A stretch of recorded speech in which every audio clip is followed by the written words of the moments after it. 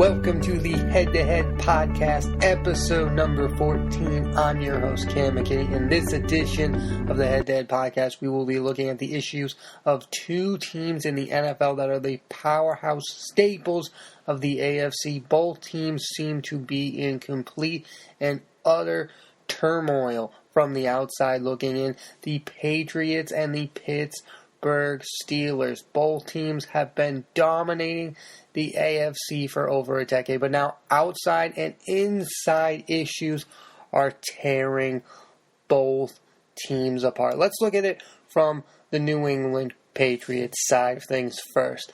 The Brady and Belichick thing is coming to a halt. It seems like these two are bound to break up at any point of this season or at any point in the near future. There's a book coming out about their relationship, how Brady wants out sooner rather than later. He's sick of Bill. He's sick of the football aspect. He's sick of everything about the Patriots and how they do business. Their wide receiver issues are causing the team to take a chance with Josh Gordon. I don't know if it's a good move. You had the whole Gronk issue this offseason. The Patriots issues could be the end of this dynasty, and it's sad, but it's an 18-year dynasty, so I can't really be that tough on it. But I do think there are real issues with the New England Patriots, roster-wise, structure-wise. How many more years is Bill Belichick going to coach? How many more years is Tom Brady going to be quarterback? Which is why the number one issue for me is not the Brady and Belichick relationship. It's the fact that they picked Tom Brady over Jimmy Garoppolo, because you could get 10 to 12 years of great quarterback play from Jimmy Garoppolo. The best case scenario, the absolute best case scenario, is you get 3 to 4 more years of Tom Brady, and maybe that equals 1 or 2 more Super Bowls, but I don't know if that's worth 10 years of being decent. Because now, if Tom Brady retires after this season, next year you're going to be horrid. Belichick's not going to coach a bad team. He's going to walk away. Brady's going to walk away. I think they're both going to end up walking away at the same time. I do not think that this Patriots team is bound for a happy ending. I think, like most dynasties, it's going to end in turmoil. The 2000 Yankees broke up because everybody retired. This is not going to be as ceremoniously as that did. This is going to end badly when Brady might play for somebody else. Belichick might leave. I don't know. It seems really bad right now how this is going to end. The Josh Gordon thing. I want to get into the Josh Gordon thing a little bit because the whole second, third, fourth, fifth chance. I don't care about that. I'm not the one who decides whether or not Josh Gordon gets another chance or not. Whether or not he deserves it, that's to be determined.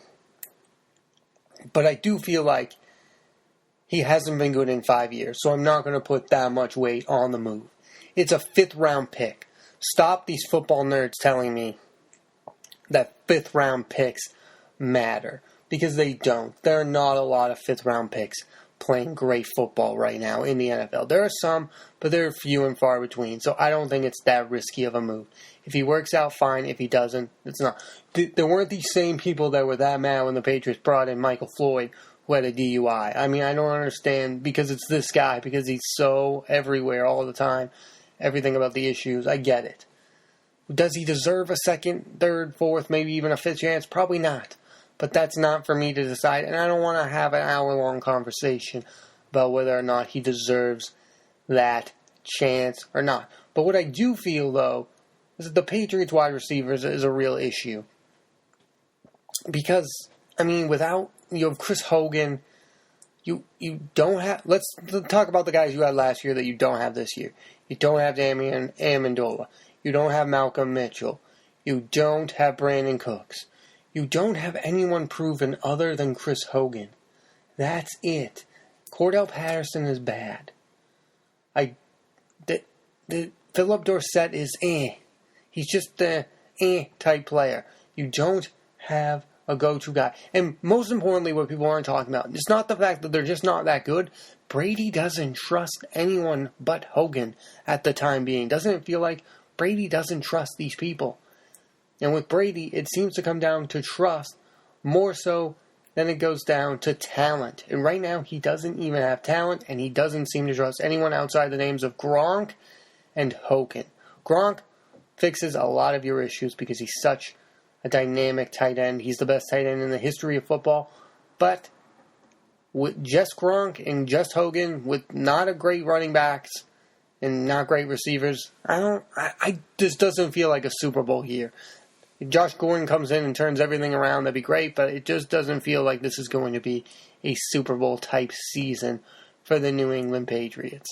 The other thing looming with the Patriots is this whole Alex Guerrero thing. I'm so sick of talking about that guy. I'm so sick of talking about how Josh McDaniels is maybe the future head coach of the Patriots. There's too much to talk about with the Patriots that has nothing to do with the game of football. And when there's so much to talk about that has nothing to do with football, that's a bad sign for your football team. That is not a good sign of things to come. For most years when the Patriots are great, we're not talking about things outside. We're talking about maybe Spygate. We're talking about Deflategate. But we're talking about real issues that seem to be consuming the team and to talk about it. Brady's hanging up on radio interviews. Brady's not talking about his guy anymore. Belichick's not talking about Brady in a great light anymore. It just seems to be coming to an extreme halt. A not so happy ending for the Patriots. It feels like that's how this is going to end. I believe, though, that Robert Kraft, owner of the New England Patriots, will choose Tom Brady's side over Bill Belichick's side. Because the Bill Belichick's side, what does Bill Belichick have right now that is decent without Tom Brady? He has nothing. I think that drives Belichick insane that everyone thinks he's winning because of Tom Brady. But the sad truth is he's never won anything without Tom Brady as his quarterback, as a head coach. He has won zero, zip, nada. He won 10 games with Matt Castle a decade ago. It wasn't even that impressive. They missed the playoffs. Get over it. It's not that. He's not great without Brady, and Brady's not great without him. If these two people could just realize that, it'd be better. But the egos, they're not good to root for right now. I don't want to root for Belichick, and I don't want to root for Brady. So it leaves Patriots fans in this, who's the worst of the two and this whole nonsense. And meanwhile, Jimmy Garoppolo is going to end up being pretty decent with the San Francisco 49ers. And there's going to be some years where you're like, we could have had that guy. But instead, we have nothing. There's going to be some very lean years with the Patriots when Tom Brady's all said and done, no longer playing quarterback. I don't know if Tom Brady will play till he's 45. But if he does, I just want it to be about football. I would rather go through years where the Patriots are 5-11 than go through a few more years of this where all we do is talk about outside things other than football. On the other side of things, you have the mess that is the Pittsburgh Steelers. Mike Tomlin seems to be losing control of his star players. Let's look at how this all started. Big Ben saying he might retire. Le'Veon Bell demanding a new contract and then not getting it. And now he's not playing at all. And now you have Antonio Brown tweeting that he'd like to be traded because some former employee of the Steelers is bothering him. The Pittsburgh Steelers are a complete mess. And they will go down as one of the biggest what-ifs ever with this group. Again, if they don't win a Super Bowl with Big Ben, Antonio Brown, and Le'Veon Bell on their offense, that is one of the saddest things you could imagine. They have been one of the best trios in football history offensively. Le'Veon Bell can do it all. He's a Marshall Faulk type player.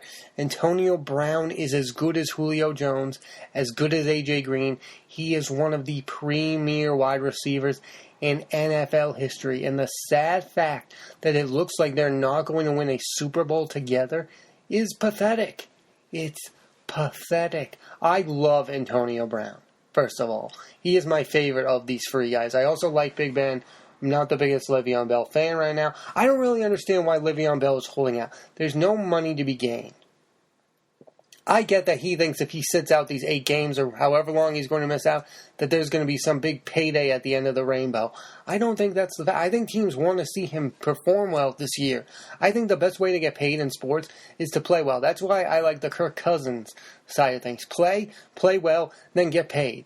Le'Veon Bell's not going to get paid sitting down on his couch.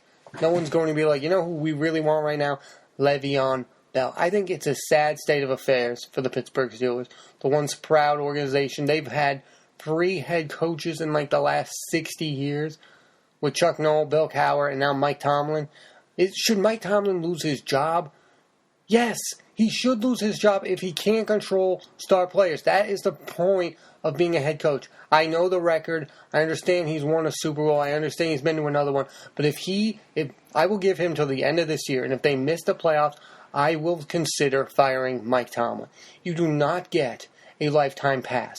We've seen the Boston Red Sox fire Terry Francona after their meltdown. The Pittsburgh Steelers are having a meltdown, and changes need to be made to the organization if Mike Tomlin cannot get it together. He has one of the best quarterbacks, the second best or not the best Steelers quarterback in franchise history, the best running back or one of the best running backs in Steelers history, and by far the best wide receiver in Steelers franchise history. He needs to win big games. And if he doesn't even get to the big games, that's on him. I get these organizations like the St. Louis Cardinals in baseball love to keep their managers, love to keep their coaches, but the minute the Cardinals got rid of Mike Matheny, they got better. I'm not saying that would happen in football with Mike Tomlin, but there's a chance. Sometimes you're just holding on to guys for too long. I don't like this. We're a small knit organization who keeps our guys around forever. The Minnesota Twins did it with Ron Gardenhire. Teams do it. It's annoying. Guys should not be able to be coaches for 10 years and do nothing. Marvin Lewis should not be the head coach of the Cincinnati Bengals. Mike Tomlin is a fine coach, but if he's not getting the job done and your ultimate goal is to win a Super Bowl, you need to make the necessary changes to make that happen. I believe you can still win a Super Bowl with Big Ben as your quarterback, Antonio Brown as your wide receiver, and Le'Veon Bell as your running back. And if Mike Tomlin can't get the job done, it's time to move on. It's not about the fact that he's not just not winning, he's also making a mess of the situation.